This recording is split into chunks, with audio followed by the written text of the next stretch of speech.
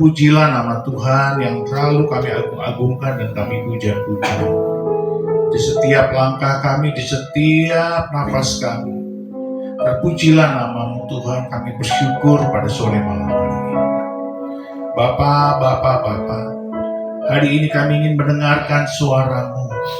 Engkau telah mengangkat kami dengan hati yang penuh pujian dan syukur kepadamu. Engkau hadir di tengah-tengah kami dengan hadirat-Mu yang melegakan, menenangkan, dan menyembuhkan. Dan hari ini berbicaralah Tuhan dan berkatilah semua anak-anak-Mu di tempat ini. Dan biarlah Tuhan kami semua diberkati berlimpah-limpah oleh kebenaran firman-Mu. Pakai kami Tuhan, pakai kami. Biarlah kami Tuhan sanggup mendengar suara-Mu dan melakukan segala kebenaran firman. Jangan kami biarkan Tuhan Kau membuat kami Tuhan lalai dalam segala kebenaran firman.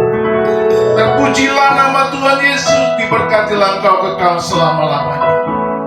Kami ingin menjadi seperti yang Tuhan mau. Programkan kami Tuhan menjadi rencana-Mu dalam hidup kami, supaya kami selaras dengan kehendak. Terima kasih Bapa. Kami berapi-api di dalam Tuhan untuk mendengarkan firman-Mu. Biarlah itu menjadi kebenaran tetap dalam hidup kami. Oh, di dalam nama Tuhan Yesus Kristus kami siap diberkati Tuhan. Kita yang siap diberkati Tuhan berkata, amin. Haleluya, terpujilah nama Tuhan.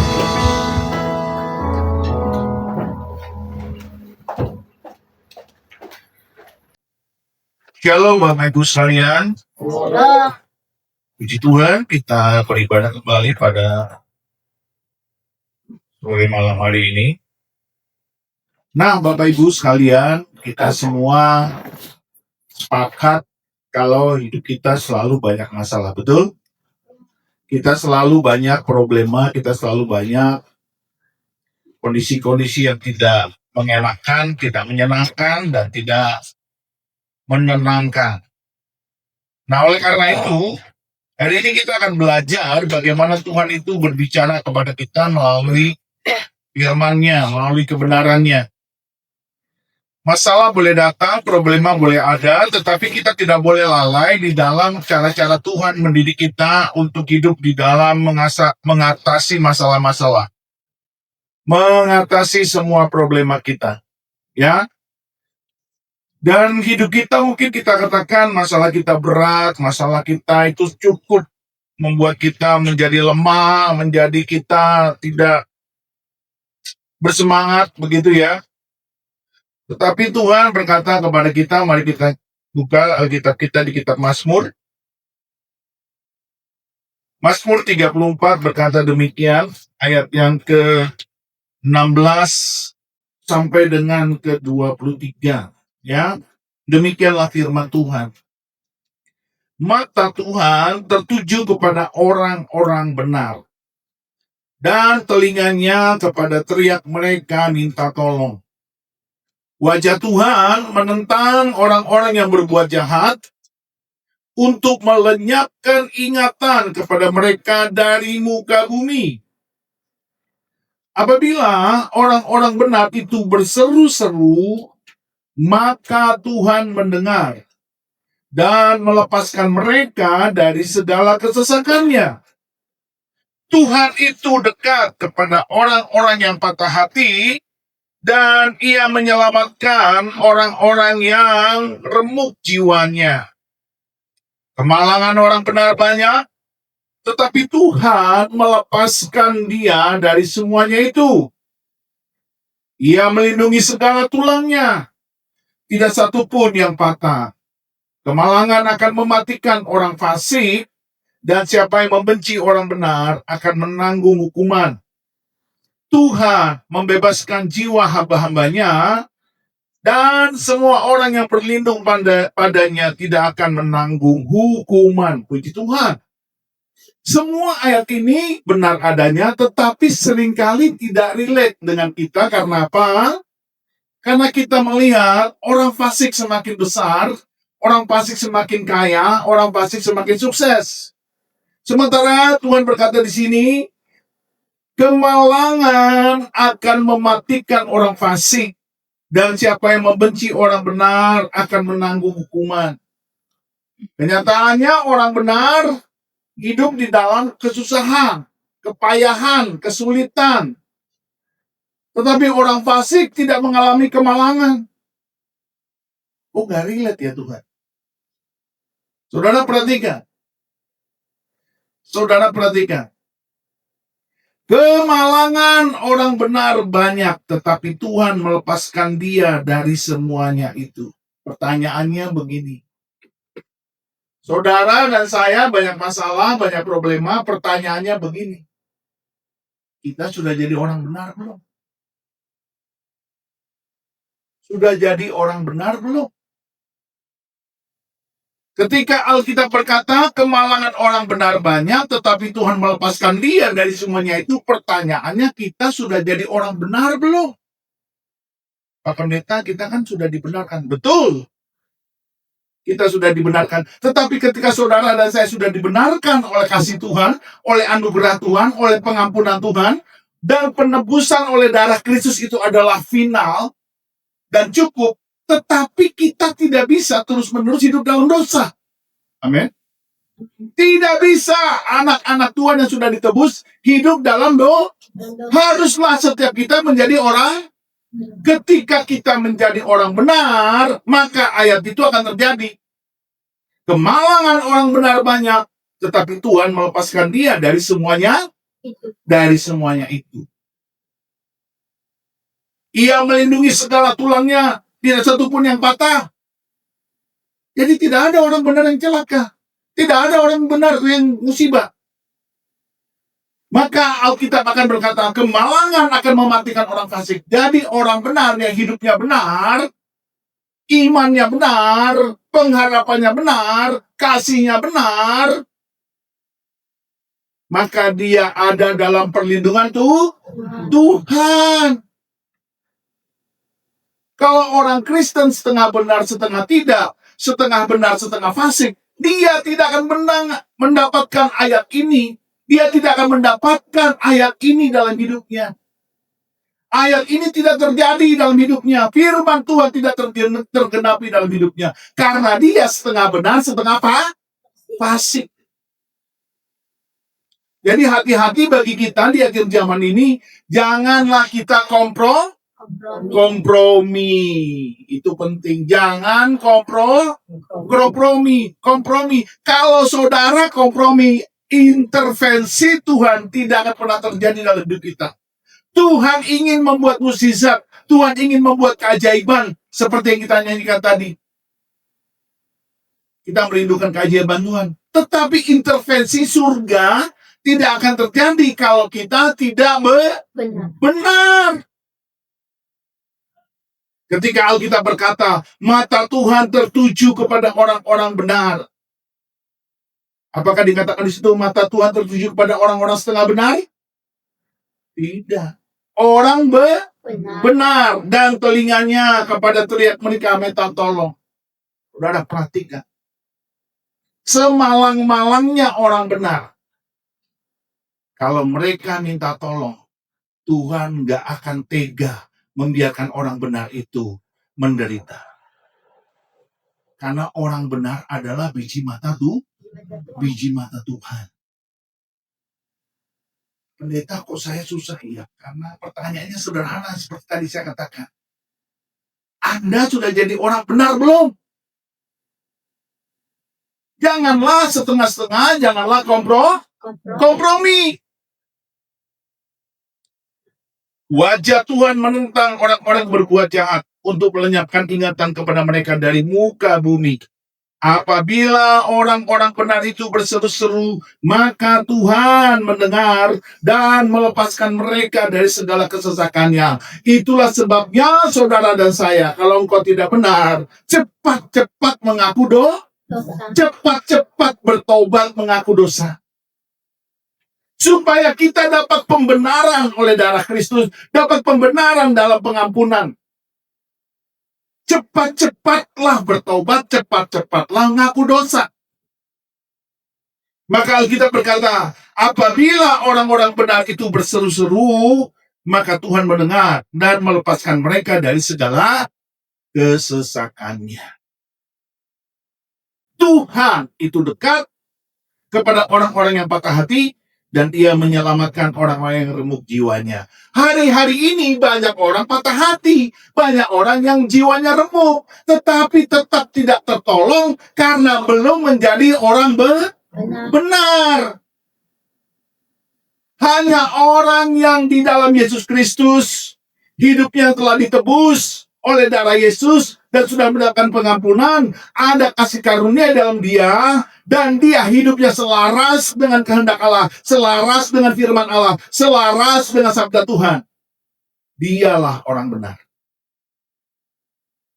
Kalau kita setengah benar, setengah fasik, mohon maaf, seremuk-remuknya kita, sepatah-patahnya hati kita, sampai kita nangis bombay, sampai kita nangis darah, Tuhan sulit menolong kita. Padahal kalau kita berkata apa? Tangan Tuhan tidak kurang panjang untuk menolong, telinganya tidak kurang tajam untuk mendengar. Jadi kenapa kita tidak tertolong? Kenapa kita tidak terbantu? Karena kita setengah fasik. Setengahnya lagi baru benar. Tuhan ingin kita betul-betul benar. Jadi kalau jadi anak Tuhan, jadilah anak Tuhan yang 100%. Nah, pendeta, bukannya itu sulit. Kalau engkau berkata sulit, maka sulitlah hidupmu. Sulitlah imanmu. Sulitlah kebenaranmu.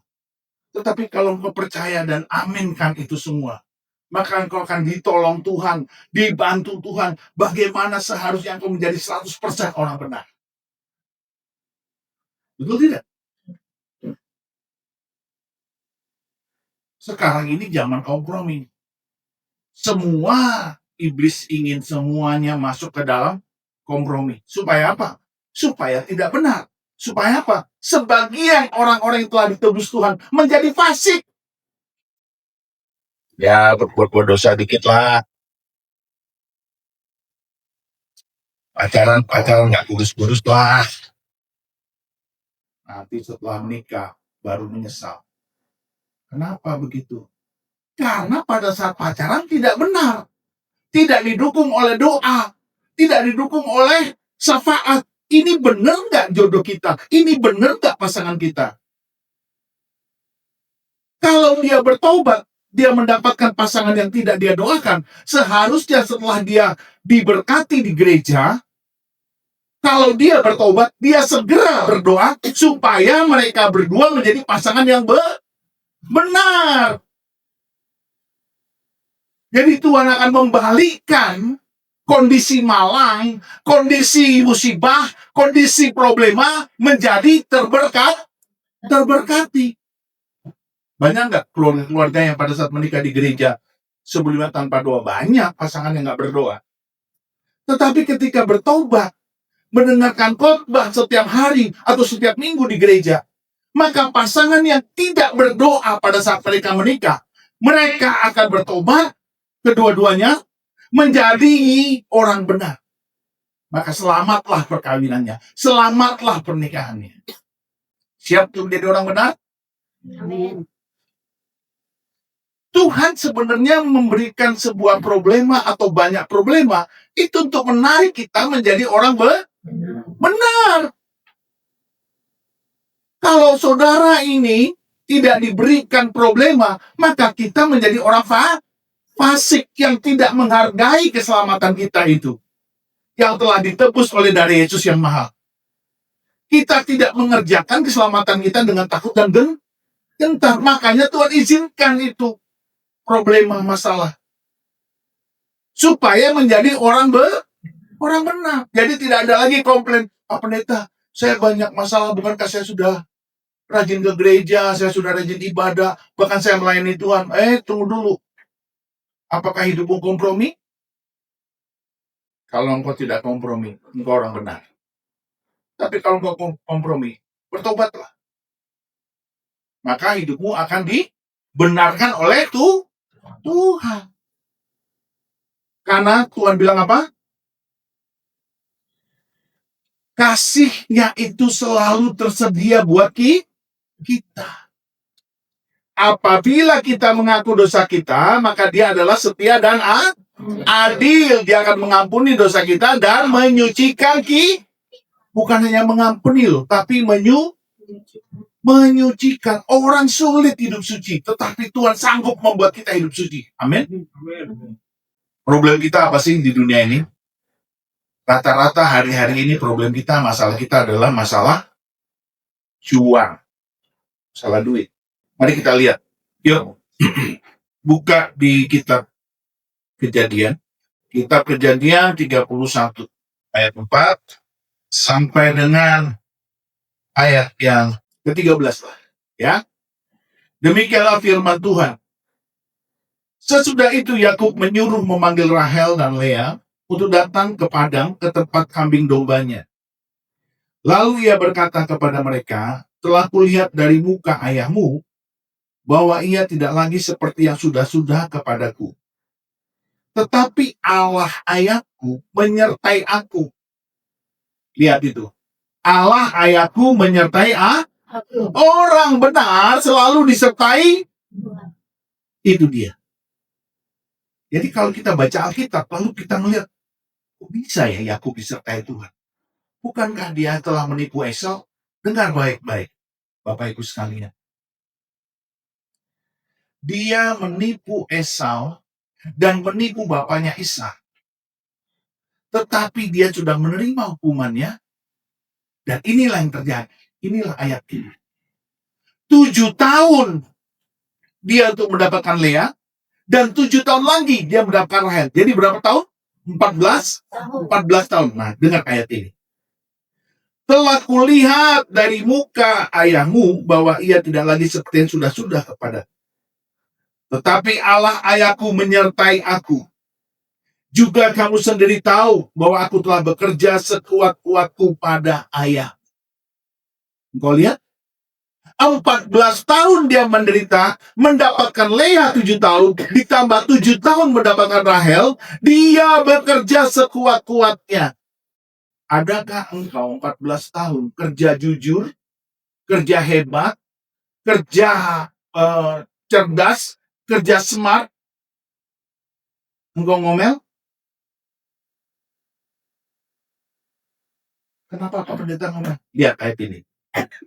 Tetapi ayahmu telah berlaku curang kepadaku dan telah 10 kali mengubah upahku. Tetapi Allah tidak membiarkan dia berbuat jahat kepadaku. Berapa kali upahnya diubah? 10. Berapa kali? 10. 10 kali. Jadi 14 tahun dia hidup sengsara. Tetapi dia bilang apa? Dia kerja sekuat-kuat, semaksimal mungkin. Ada banyak orang tidak setia di dalam pekerjaan. Kerja asal, kerja seadanya, kerja secukupnya, sesuai gaji. Ada alasan dan banyak sekali alasan bagi Yakub untuk tidak kerja sekuat-kuatnya. Karena dia sudah diganti upahnya 10 kah? Ada banyak alasan, tetapi tetap Yakub bekerja dengan sekuat-kuatnya, semaksimal mungkin, secerdas mungkin, sekeras mungkin, sejujur mungkin. Dan dia tidak dia tidak. Orang benar atau bukan? Sekarang saya tanya sama Bapak Ibu. Layani di gereja, nggak diperhatiin gembala, nggak disenyumin, masih bahagia nggak? Layani di gereja, bahagia nggak? Ya. Ya. Layani di gereja, nggak dikasih PK, masih bahagia nggak? Iya. Pak Pendeta kan kita perlu ongkos. Motor kan harus ada bensin, Pak Pendeta. Yang benar. Masih maksimal nggak melayani di gereja? Masih berdoa syafaat nggak? Masih sungguh-sungguh nggak? Masih berpuasa nggak? Masih tetap penyembahan yang exciting nggak? Yang dahsyat nggak? Bermusiknya keren nggak? Kalau PK-nya thank you ya, sudah melayani. Tuhan memberkati. Masih happy nggak?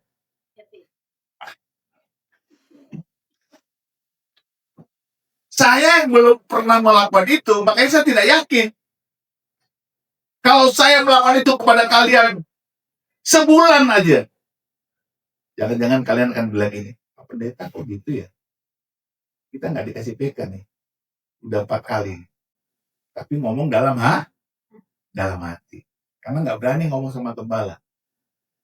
Tapi pertanyaannya adalah, apakah engkau bisa seperti Yakub 14 tahun mendapatkan Rahel, mendapatkan Lea, dan dia diganti-ganti upahnya 10 kali.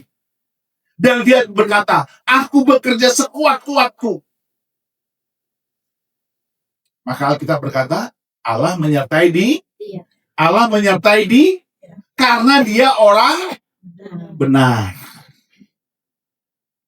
Buah roh kan ada 9. Kasih, sukacita, damai sejahtera, kebaikan, kemurahan, kesabaran, kesetiaan, kelemah lembutan, penguasaan diri. Dia bukan hanya kesabaran, ya kok, tapi setia bekerja keras, setia bekerja hebat. Saya paling sering melihat orang begitu dia tidak ditanggapi di pekerjaannya, di pelayanannya, mukanya udah asem. Mukanya sudah asem. Tidak berseri-seri.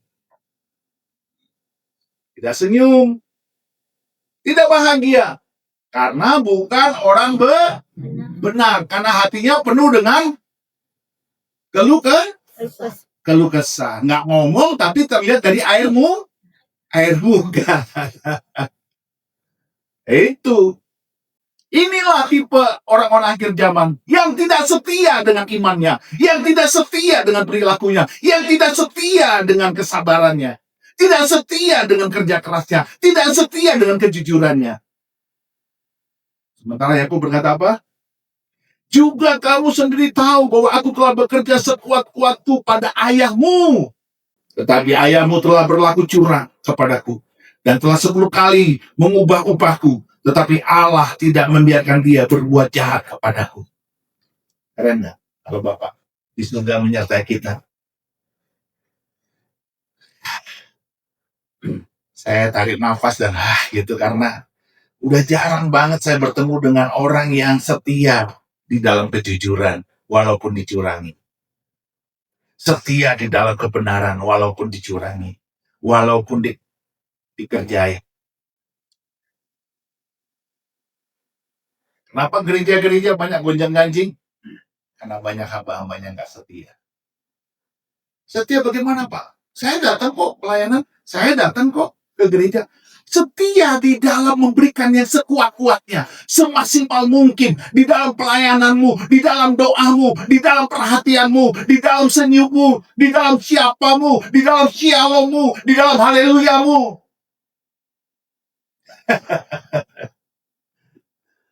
Mana ada shalom yang asik kalau hatinya memble, mukanya asem.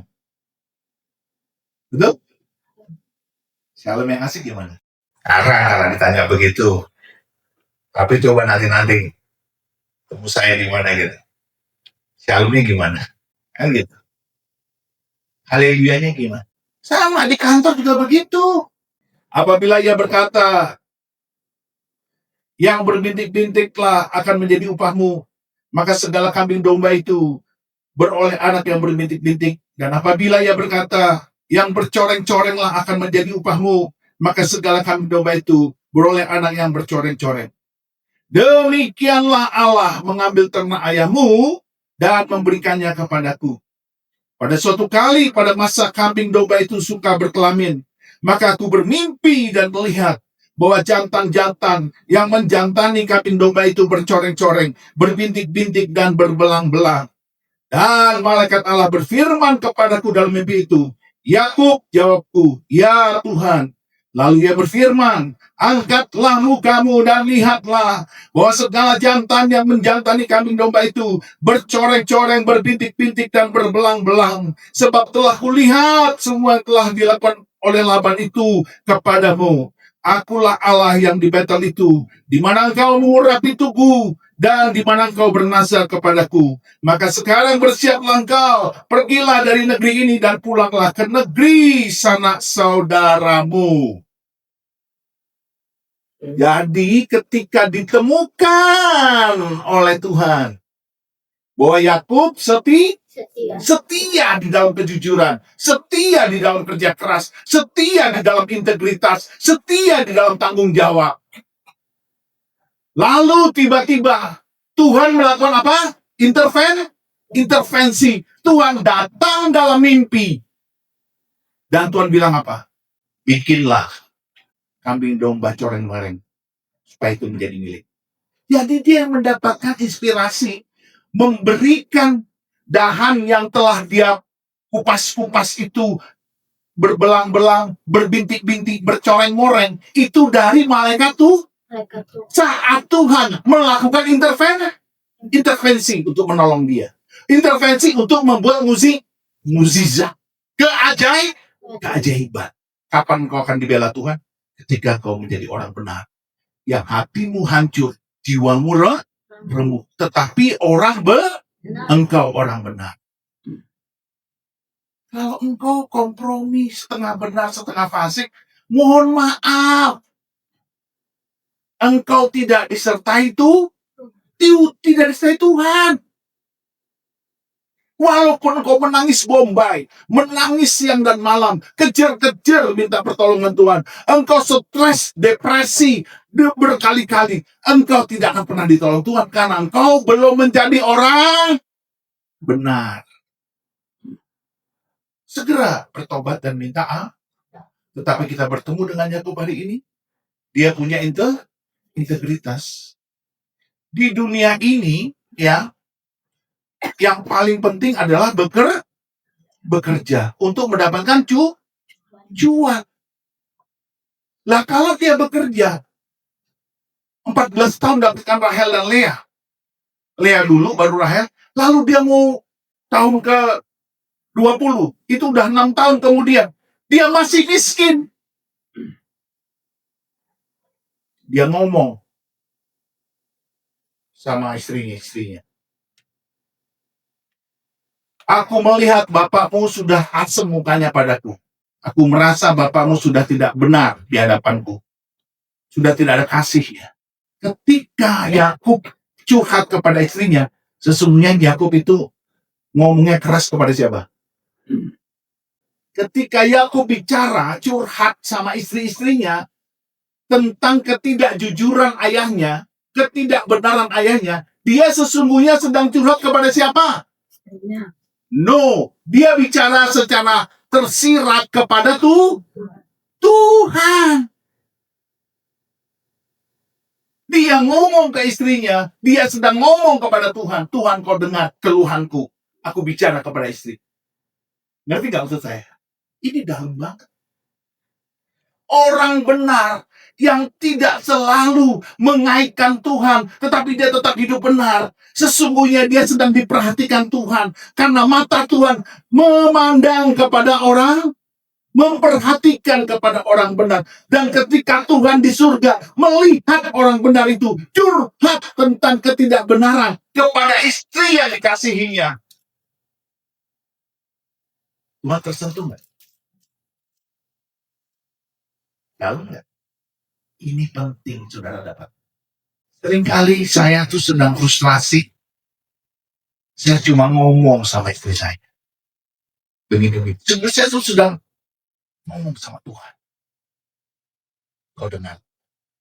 Aku berkeluh kesah kepada istri. Semua ini nggak benar.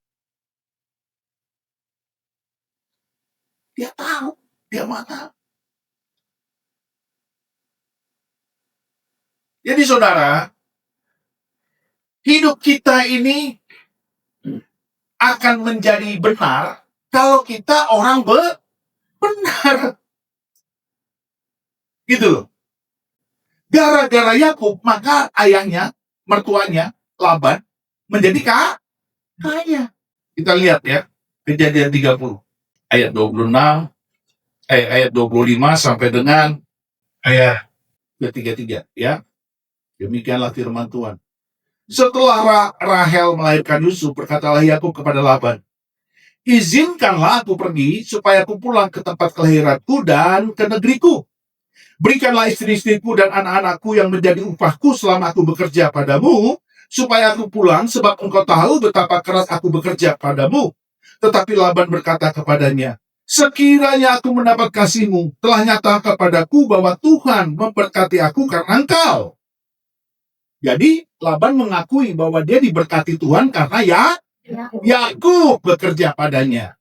Jadi orang benar, Bapak Ibu Saudara sekalian, kita harus menjadi berkat bagi orang lain tanpa saudara gembar-gembor, tanpa saudara pajang-pajang bikin viral. Saudara sendiri membuktikan diri saudara itu menjadi berkat. Gara-gara saudara orang lain diberkat. Sama kalau saudara pelayanan. Gara-gara saudara pelayanan itu luar biasa. Makanya kalau saudara memberikan sekuat-kuatnya maksimal, semaksimal mungkin apa yang kau punya, maka pelayanan mudah dahsyat. Biasa-biasa aja seperti yang lain ya. Oh, bukan orang benar. Lagi katanya, tentukanlah upahmu yang harus kubayar, maka aku akan memberikannya. Saud Yakub kepadanya, engkau sendiri tahu bahwa aku bekerja padamu dan bagaimana keadaan ternakmu dalam penjagaanku. Sebab harta milikmu tidak begitu banyak sebelum aku datang, tetapi sekarang telah berkembang dengan sangat, dan Tuhan telah memberkati engkau sejak aku berada di sini. Jadi bila dapat aku bekerja untuk rumah tanggaku sendiri, kata Laban, apakah yang harus kau berikan kepadamu? Jawab Yakub, tidak usah kau berikan apa-apa kepadaku. Aku mau lagi menggembalakan kambing dombamu dan menjaganya, asal kau mengizinkan hal ini kepadaku. Hari ini aku akan lewat dari tengah-tengah segala kambing dombamu, dan akan mengasingkan diri. Dari situ, setiap binatang yang berbintik-bintik dan berbelang-belang, segala domba yang hitam dan segala kambing yang berbelang-belang dan berbintik-bintik, itulah upahku. Dan kejujuranku akan terbukti di kemudian hari. Apabila kau datang memeriksa upahku, segala yang tidak berbintik-bintik atau berbelang-belang di antara kambing-kambing dan yang tidak hitam di antara domba-domba, anggaplah itu tercuri olehku. Kemudian kata Laban, baik, jadilah seperti perkataanmu itu. Lalu diasingkannya pada hari itu kambing-kambing jantan dan yang bercoreng-coreng dan berbelang-belang, dan segala kambing yang berbintik-bintik dan berbelang-belang, segala yang ada warna putih pada badannya, serta segala yang hitam di antara domba-domba, dan diserahkannya semuanya itu kepada anak-anaknya untuk dijaga. Kemudian Laban menentukan jarak 3 hari perjalanan jauhnya antara dia dan Yakub, maka tetaplah Yakub mengembalakan kambing domba yang tinggal itu. Dan seterusnya kita lihat, dia membuat sebuah keajaiban melalui pohon badang, pohon hawar, pohon berangan. Dia buat mukjizat, dia kupas, dia bikin hitam putih, dia bikin coreng-moreng, dia bikin berbintik-bintik. Dan ketika kambing domba itu berhubungan, berkelamin, dan kambing domba yang polos itu melihat pohon badam, pohon berangan, dan pohon hawar itu berbintik-bintik, terjadilah anak-anaknya berbintik-bintik. Dan itu menjadi milik ya, dia kaya. Gara-gara malaikat Tuhan melakukan intervensi. Saya bertanya, kapan Bapak, Ibu sekalian diintervensi oleh Tuhan untuk mengalami mukjizat? Kapan? Ketika engkau dalam masalah problema, hatimu hancur, jiwamu remuk, dan engkau berdiri sebagai orang benar. Itulah saatnya. Jadi kapan, Pak? Tentukan dirimu orang benar dulu. Kalau kau sudah menjadi orang benar, air matamu bercucuran, hatimu hancur, jiwamu remuk, Tuhan akan melakukan intervensi. Tapi engkau setia, Setia dalam kejujuran, setia dalam tanggung jawab, setia dalam kerja keras, setia dalam pekerjaan. Kalau kerjanya nggak keras gimana? Ini kadang-kadang kita nih maunya kerjanya mudah, duitnya banyak. Betul tidak? Kerja mudah, duit banyak. Aduh, repot lah. Itu tentang bekerja. Itu yang pertama. Yang kedua, kita buka di Alkitab kita ya, di 1 Samuel ayat 8, 1 Samuel 1 ayat 8 sampai dengan ayat 17. Demikianlah firman Tuhan. Lalu Elkana suaminya berkata kepadanya, Hana, mengapa engkau menangis dan mengapa engkau tidak mau makan?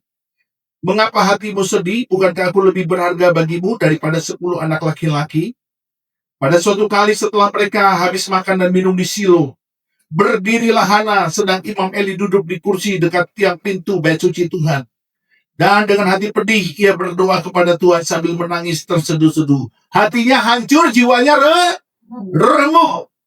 Kemudian bernazarlah ia, katanya, Tuhan semesta alam, jika sungguh-sungguh engkau memperhatikan sengsara hamba-Mu ini, dan mengingat kepadaku, dan tidak melupakan hamba-Mu ini, tetapi memberikan kepada hamba-Mu ini seorang anak laki-laki, maka aku akan memberikan dia kepada Tuhan untuk seumur hidupnya, dan pisau cukur tidak akan menyentuh kepalanya.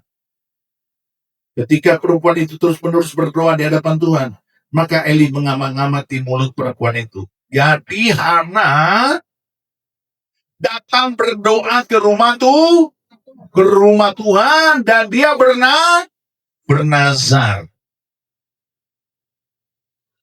Jadi poinnya apa, Pak Pendeta? Poinnya adalah engkau harus banyak berdoa kalau mau diberkati Tuhan.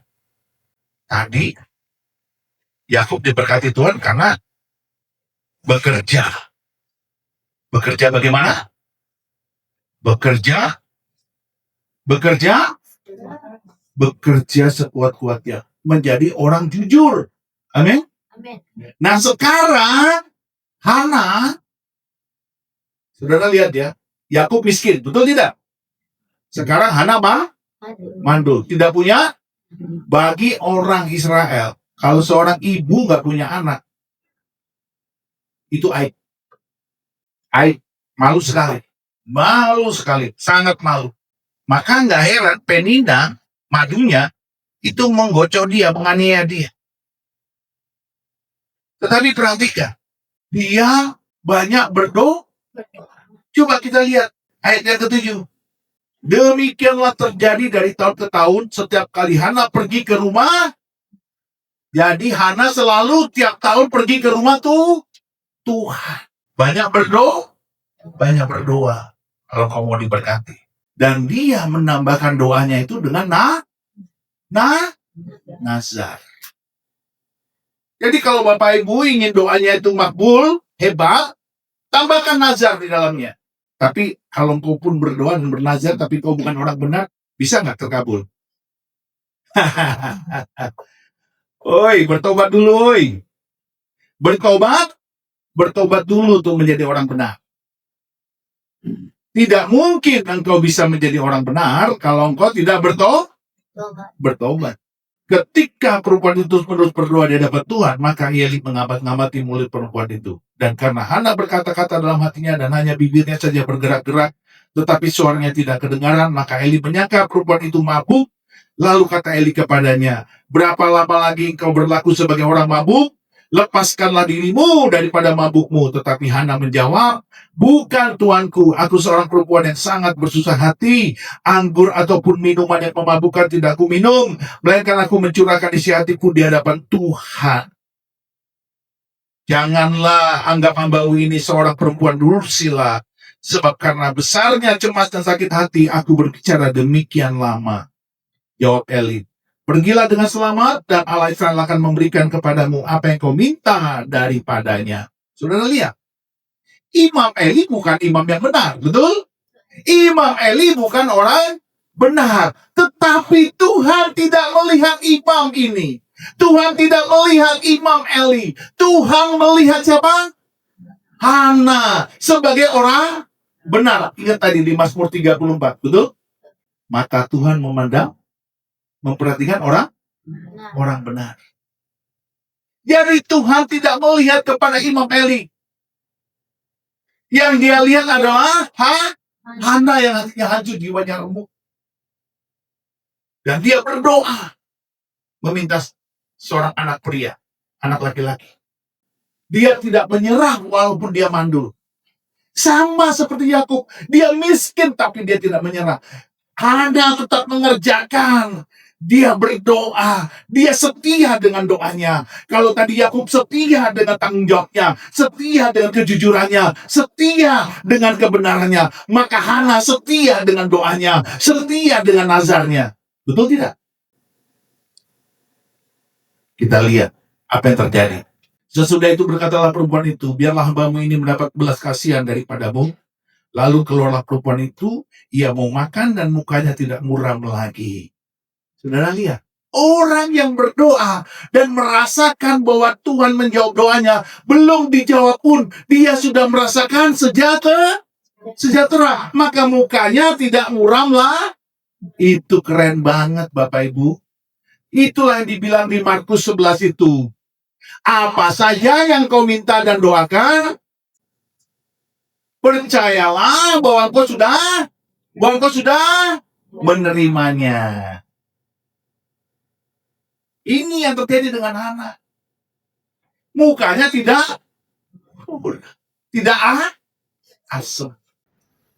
Jadi Bapak Ibu, kalau engkau berdoa, engkau setia dengan doamu. Jangan berhenti berdoa sebelum doamu itu membuat engkau lega, membuat engkau bersukacita, membuat engkau berbahagia. Jangan berhenti. Walaupun belum terjawab, tapi kalau engkau sudah merasakan itu Tuhan mendengar doamu, engkau pasti bahagia dan bersukacita. Karena kau memakai Markus 11. Keesokan harinya bangunlah mereka itu pagi-pagi lalu sujud menyembah di hadapan Tuhan. Kemudian pulanglah mereka ke rumahnya di Rama. Ketika Elkana bersetubuh dengan Hana istrinya, Tuhan ingat kepadanya. Artinya Tuhan mengintervensi. Hari itu juga kemandulannya tidak lagi Tuhan mengintervensi, membuat mukjizat, membuat keajaiban. Jadi setialah dalam doa setia. Itu buah roh. Jadi yang pertama setia bekerja dengan tanggung jawab, dengan kejujuran, dengan penuh integritas. Amin. Yang kedua, setia berdoa. Tambahkanlah kalau perlu di situ nazar. Tetapi tetap poin utama adalah engkau harus menjadi orang benar. Kemalangan orang benar banyak, tetapi Tuhanlah yang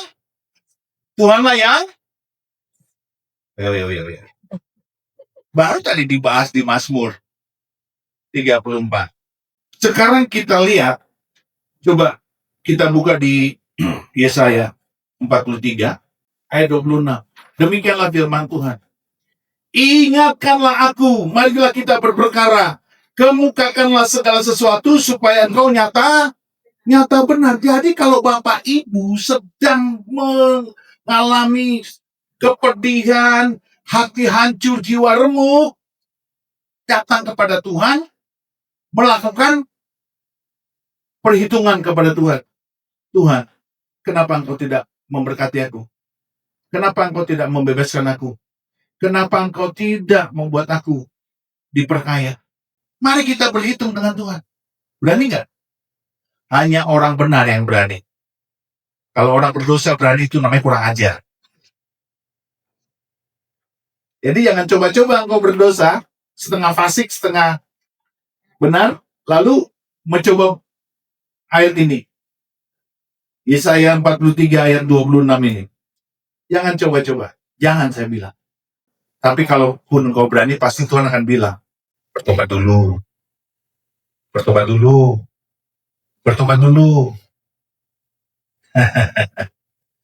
Ingatkanlah aku, marilah kita berperkara, kemukakanlah segala sesuatu supaya engkau nyata benar. Hanya orang benar yang berani berkata seperti itu. Karena kalau engkau tidak benar, mana berani kau menyatakan kau nyata benar. Oke? Iya. Nah, yang ketiga adalah setelah engkau bekerja, engkau banyak berdoa. Yang ketiga, jangan lupa kalau engkau ingin diberkati Tuhan, kalau engkau orang Malang dan ingin diberkati Tuhan, mari kita buka di 2 Raja-Raja, pasal 4 ayat yang pertama sampai dengan ke-7. Demikianlah firman Tuhan. Salah seorang dari istri-istri para nabi mengadukan halnya kepada Elisa sambil berseru, hambamu suamiku sudah mati, dan kau ini tahu bahwa hambamu ini takut akan Tuhan. Tetapi sekarang penagih hutang sudah datang untuk mengambil kedua orang anakku menjadi budaknya. Saudara lihat, ketika dia berkata, hambamu suamiku sudah mati dan engkau ini tahu bahwa hambamu itu takut akan Tuhan. Istri yang menopang suami melakukan pelayanan adalah istri yang setia di dalam pelayanan. Suaminya teguh kukuh sebagai seorang nabi melayani Tuhan, tidak pernah pamrih, tidak pernah mencuri, tidak pernah tidak jujur. Dia selalu jujur. Makanya dikatakan oleh istrinya, engkau ini tahu bahwa hambamu itu takut akan Tuhan. Maka waktu Elisa mendengar itu, dia bisa nolak nggak komplainnya? Ini dia pakai Yesaya 43 ayat 26 tadi. Ingatkanlah aku, berperkaralah kepadaku, nyatakanlah bahwa kau nyata benar. Maka istrinya berani ngomong gitu. Karena dia setia dalam pelayanan. Suaminya setia dalam pelayanan. Jadi 3 hal ini penting. Kalau engkau setia dalam pekerjaan, engkau setia dalam doamu, engkau setia dalam pelayananmu, Tuhan pasti mendengar engkau. Tetapi engkau orang benar. Hanya anak Tuhan masih sibuk dengan pornografi, masih sibuk dengan kemesuman, sangat banyak, dan coba-coba melayani Tuhan. Lalu ketika ada masalah musibah, ya saya mau bilang apa? Makanya saya bilang, ya udah terima aja lah. Betul nggak? Terima aja lah sengsaramu, masalahmu, karena engkau masih berbuat dosa. Ada seorang pendeta yang dipakai Tuhan luar biasa di Amerika. Dia, wah bagus lah pokoknya, keren. Tapi setiap malam saat istrinya tidur, ya anak-anaknya tidur, jam 12 malam dia buka situs-situs porno. Dan yang dia buka situs pornografi perempuan, tapi pria. Bayangkan pendeta laki-laki. Entah bagaimana keterikatan itu tidak pernah dia bisa lepaskan karena dia tidak pernah mengaku dosa. Dia merasa fine, dia merasa baik-baik saja, dia pelayanan, tidak merasa bersalah, tidak merasa berdosa. Sampai akhirnya Tuhan intervensi. Terbongkar kasusnya ketika pria yang suka dihubungi oleh pendeta ini dari situs porno itu ngaku ke publik. Wah, geger Amerika. Geger. Wah, istrinya goncang, anak-anaknya yang laki dan perempuan tergoncang. Mereka nggak menyangka mereka begitu sok jari-jarinya sangat sok. Akhirnya denominasinya mengatasi masalah itu dan mengambil gembala itu, diasingkan dan di recovery, direhabilitasi, diberesin, dan dia tidak boleh membawa khotbah ini. Saya dengar ini merinding, udah lama peristiwa ini. Tapi saya ungkapkan lagi, karena apa? Karena hari-hari ini adalah jahat. Anak-anak muda, bahkan juga orang-orang tua, banyak terjebak dengan situs-situs porno. Dan mereka seolah baik-baik saja, fine-fine saja. Dan tidak mengakui bahwa itu salah. Kalaupun mengakuinya salah, mereka tidak berani mengakuinya. Dan berhenti. Jangan sampai nanti Tuhan intervensi. Berhenti. Agak panas sedikit ya. Khotbah ini agak panas sedikit.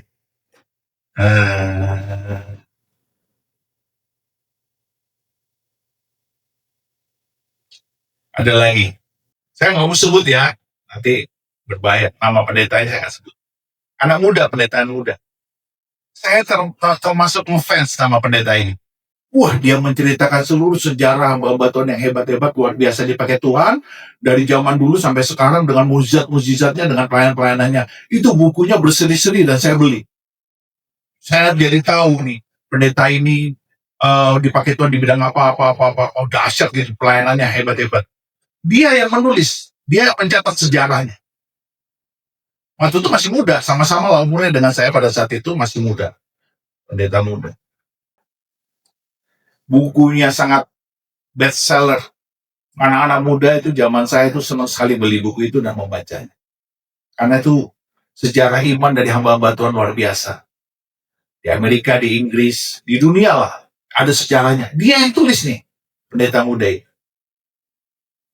Dan dia dididik oleh neneknya untuk menjadi pendoa syafaat. Keren banget. Neneknya tidak mengizinkan dia main basket, main baseball, main apapun lah semasa mudanya. Jadi dia sibuk bersama neneknya berdoa. Keren sekali. Dan dia ceritakan tentang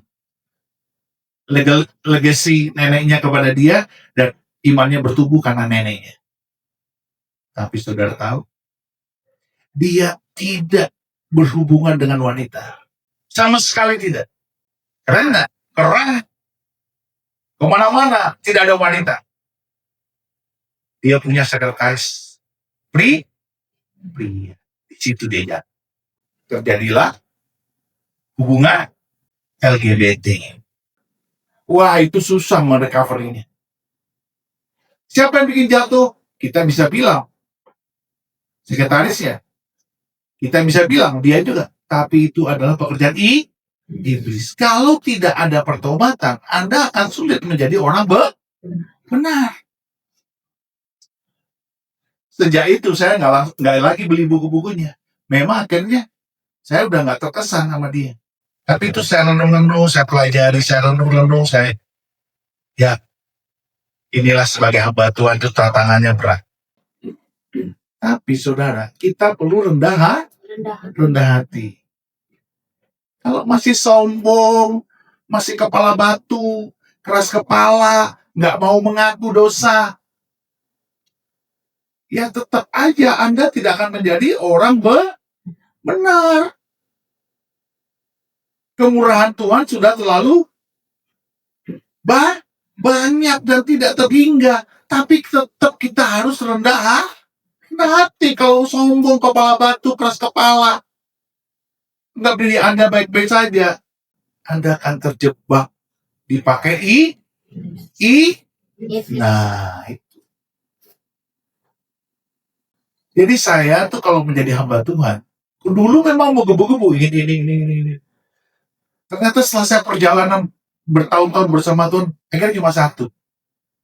Saya nggak ingin apa-apa, saya cuma ingin satu. Berkenan. Saya nggak peduli. Banyak orang masih sekarang tuh jadi hamba Tuhan. Wah, saya pelayanan ke daerah ini, penginjilan ke sini begini. Stop, yang banyak omong. Itu berkenan nggak kepada Tuhan? Amin. Udah banyak hamba Tuhan yang stop pelayanan karena dia menyadari pelayanannya tidak berkenan. Saya udah kasih banyak contoh. Nah, yang janda dia diintervensi oleh Tuhan untuk mendatangkan keberkatan. Tuhan kirim siapa? Elisa. Terjadilah intervensi itu Tuhan. Dia berperkara si janda ini. Dia copot celemeknya, dia bilang sama anaknya, udah kamu diam di sini ya. Mama mau bicara sama abdi Allah ini. Mama nggak bisa terima. Kalau kamu sampai menjadi budak, Mama tidak mau tahu. Mama harus bicara kepada Nabi Allah ini. Karena Mama melihat Kita setia kepada Tuhan. Mama setia melayani papa. Papa sekarang tidak ada. Mama tahu papa itu setia di dalam Tuhan. Mama tidak bisa terima ini. Kalau kamu menjadi budak gara-gara kita punya utang. Dia berhadapan dengan Elisa. Coba. Elisa komplain nggak? Enggak. Nggak bisa ngomong Elisa. Langsung dia bilang, apa yang ada pada? Wah, saya mau nangis dengan gitu. Saudara, kalau engkau orang benar, engkau komplain kepada orang yang diurapi, Tuhan nggak bisa meninggalkan engkau. Karena engkau orang karena engkau orang benar. Tuhan tidak bisa meninggalkan engkau. Dia tidak akan tega melihat engkau menderita. Karena engkau orang karena engkau orang benar.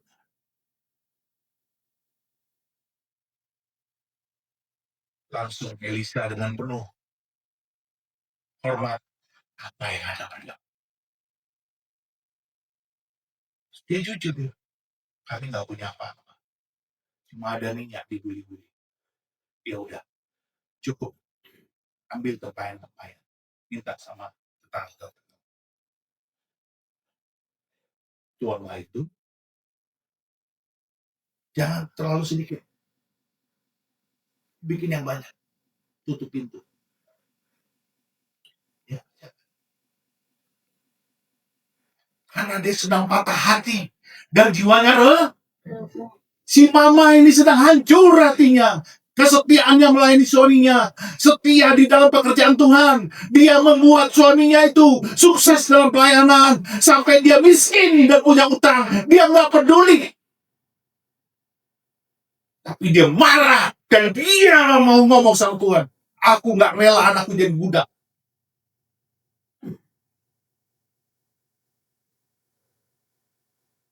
Aku setia di jalan Tuhan. Suamiku setia, kami semua setia di jalan Tuhan. Kenapa anakku mau jadi budak? Kenapa bisa jadi budak? Itu Elisa nggak bisa ngomong. Apa yang ada pada? Karena orang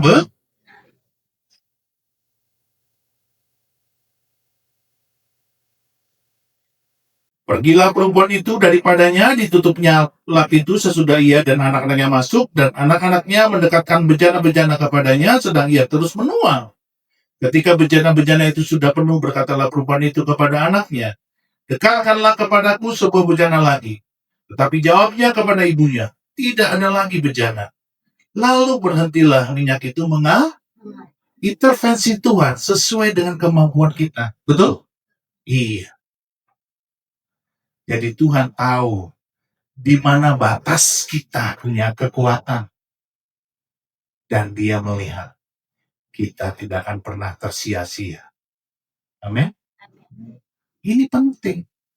Lihat, ini ibu rumah tangga loh. Yang cuma melayani suami dan anak-anak.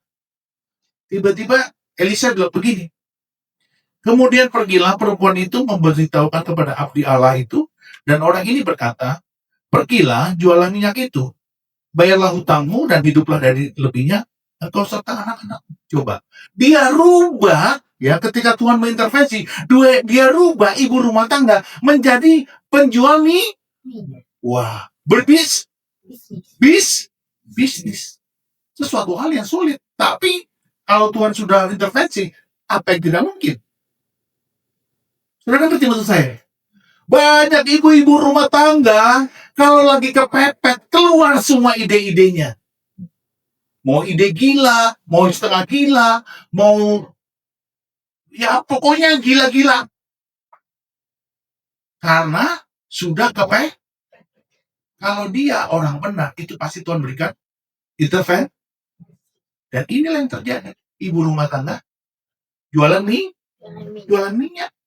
Sesuatu yang tidak mungkin menjadi mungkin. Tetapi poinnya, yang pertama adalah engkau orang benar. Lalu berikutnya, setialah dalam pekerjaanmu, bertanggung jawab, jujur, berintegritas, jangan colongan, jangan korupsi. Jangan curang. Lalu setia dalam doa, tambahkan nazar. Lalu setia dalam pelayanan. 3 hal itulah hidup kita. Cuma 3 itu. Bekerja, berdoa, dan pelayanan. Udah, engkau pasti diberkati Tuhan. Tapi engkau orang Mari kita bangkit berdiri. Saudara diberkati Tuhan. Puji Tuhan. Pegang itu sampai mati ya Bapak Ibu. Bekerja dengan setia menjadi orang benar. Berdoa dengan setia menjadi orang benar. Melayani dengan setia menjadi orang benar. Bapa, di dalam nama Tuhan Yesus, kami bertobat dari segala kesalahan kami dan minta ampun kepadamu. Terima kasih Tuhan untuk hari ini. Tuhan tolong kami semua supaya kami tidak jatuh ke dalam kesombongan, keangkuhan, dan mau menang sendiri. Ataupun ke dalam kemunafikan atau ke hipokrit. Tuhan tolong ubahkan hati kami. Supaya kami tidak denial kepadamu. Supaya kami tidak bebal kepadamu. Supaya kami tidak menolak firman-Mu. Kalau hari ini Tuhan kami mengalami pekerjaan Roh Kudus yang mengingatkan kami. Supaya kami bertobat menjadi orang benar. Tuhan tolong kami, mampukan kami. Untuk berdiri di hadapan-Mu menjadi orang benar. Tidak main-main, tidak munafik, tidak hipokrit. Tidak setengah-setengah, tidak kompromi. Tapi kami mau menjadi anak-anak Tuhan di akhir zaman yang hidupnya saleh, takut akan Tuhan, hidupnya suci, dan berdiri di hadapan-Mu dengan benar di dalam nama Tuhan Yesus. Mari Bapak Ibu taruh tangan kanan-Mu di dada-Mu. Bapak, kami tidak sanggup menjadi orang benar kalau tidak dituntun oleh Tuhan. Ampuni kami Tuhan supaya kami menjadi orang benar. Dengan kuasa Roh Kudus-Mu. Engkau lihat Tuhan tangan kami. Urapi tangan kami Tuhan, kami taruh di dada kami. Dan biarlah itu mengalir kesucian, kesalehan. Kekuatan yang baru. Segala kesombongan, keingkaran, keangkuhan kami tolak di dalam nama Yesus. Biarlah pekerjaan-pekerjaan iblis yang membuat kami munafik, membuat kami hipokrit, membuat kami main-main, membuat kami setengah-setengah. Kami tolak di dalam nama Tuhan Yesus. Segala kemunafikan, hipokrit, pergilah engkau dalam nama Yesus. Engkau tidak boleh tinggal di dalam hati kami. Tidak boleh di dalam jiwa kami. Tidak boleh di dalam pikiran kami. Kami tidak mau berpura-pura. Kami tidak mau pakai topeng. Kami tidak mau hidup di dalam kesemuan. Kami tidak mau menjadi orang fasik. Terima kasih Bapa. Pengurapan-Mu menegaskan kasih-Mu kepada kami. Bahwa Tuhan Engkau berdiri teguh di dalam jalan orang benar. Terima kasih Bapa. Oh, di dalam nama Tuhan Yesus, pengurapan-Mu mengalir dalam hidup kami. Dan mari Roh Kudus, Engkau bikin kami terbang tinggi bagi Raja Wali. Karena kami tahu orang benar semakin terbang tinggi. Sementara orang fasik semakin jatuh, semakin dalam. Orang-orang yang bertobat diberkati Tuhan. Orang-orang yang melawan Tuhan pasti jatuh. Terima kasih Bapa. Kami percaya kepadamu, pertolongan Tuhan sempurna dalam hidup kami. Di dalam nama Tuhan Yesus kami serahkan hidup kami. Sekarang dan sampai selama-lamanya. Di dalam nama Yesus kita diberkati, Tuhan berkata. Amin. Terpujilah nama Tuhan. Silakan duduk, Tuhan memberkati saudara. Kita semua diberkati, amin. Terima kasih kepada Bapak Gembala yang telah menjadi saluran berkat buat kita semua.